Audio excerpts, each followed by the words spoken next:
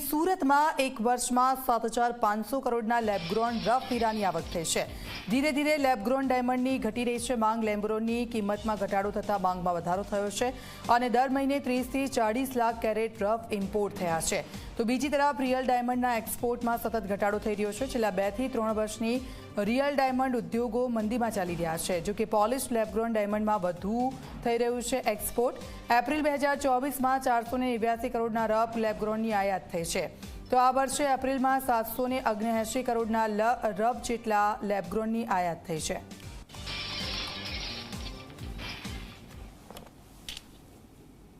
सूरत शहर में छेल्ला डायमंड उद्योग में मंदीनो माहौल जोवा मळी रह्यो छे, त्यारे लेबग्रोन डायमंडनी मांग वधी छे। सीधा आपणी साथे वात करवा दिनेशभाई नावडिया छे। सीधा आपणे तेमनी जोडेथी जाणीशुं मंदीनी वच्चे दिनेशभाई लेबग्रोन डायमंडनी डिमांड वधी रही छे, शुं कहेशो? छेल्ला 3 વર્ષથી इंटरनेशनल मार्केटनी अंदर जे रीतना जेम्स एंड ज्वेलरी सेक्टरनी अंदर मंदीनो माहौल हतो, परंतु एक खुशीनी बाबत ए कहेवाय कि एक नवो आयाम भारतनी कट एंड डायमंड इंडस्ट्रीने मळ्यो અને એ છે લેબગ્રોન ડાયમંડ. લેબગ્રોન ડાયમંડનું ખાસ કરીને 2 પ્રકાર હોય છે, એક સીવીડી ડાયમંડ અને એક એસટીએચપી ડાયમંડ.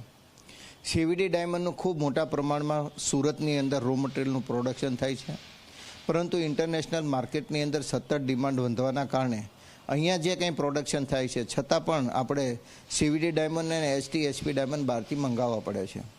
આ પરિસ્થિતિની અંદર 7500 કરોડ કરતાં વધારાનું એક વર્ષની અંદર આપણે રો મટીરિયલ ઇમ્પોર્ટ કર્યું.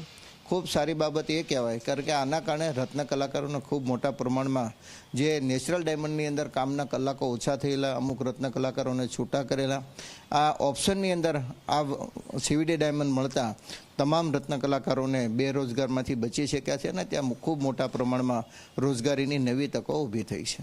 કેટલા ટકા લેબગ્રોનનું અહીં આયાત થતી હશે સુરતમાં?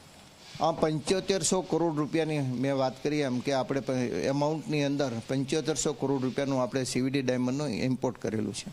એટલે કહી શકાય જે 95% પ્રોડક્શન સુરતમાં જ લેબગ્રોનનું થતું હશે. ચોક્કસ કે 95 કરતાં પણ વધારે સીવીડી ડાયમંડનું પ્રોડક્શન કટ એન્ડ પોલિશ આપણે સુરત શહેરની અંદર જ થાય છે. દર મહિને જો વાત કરવામાં આવે, દર મહિને એવરેજ આમ તો આપણે 15000 કરોડ રૂપિયાનું આપણું એક્સપોર્ટ છે.